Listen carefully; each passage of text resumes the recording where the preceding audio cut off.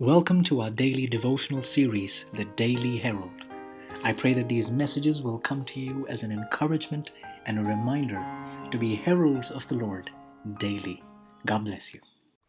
Great chief worker. March 9. But Jesus answered them, My Father has been working until now, and I have been working. John 5:17. Men and women make the work of advancing the truth tenfold harder than it really is by seeking to take God's work out of His hands into their own finite hands. They think that they must be constantly inventing something to make people do things which they suppose these persons ought to do. The time thus spent is all the while making the work more complicated for the great chief worker. It is left out of the question in the care of his own heritage. Men and women undertake the job of tinkering up the defective character of others, and only succeed in making the defects much worse.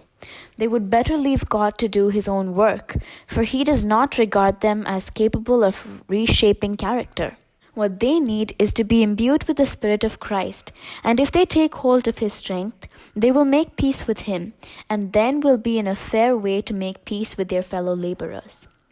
The less of the meekness and lowliness of Christ the human agent has in his spirit and character, the more he sees perfection in his own methods and imperfection in the methods of others. Our only safety is to watch unto prayer and to counsel together, believing that God will keep our brethren as well as ourselves, for there is no respect of persons with Him. God will work for us when we are faithful students and the doers of His words. But when there is on the part of the laborers so manifest a disregard of Christ's express command that we love one another as He has loved us, how can we expect that brethren will heed the commandments of finite beings and the regulations and definite specifications as to show how each shall labor?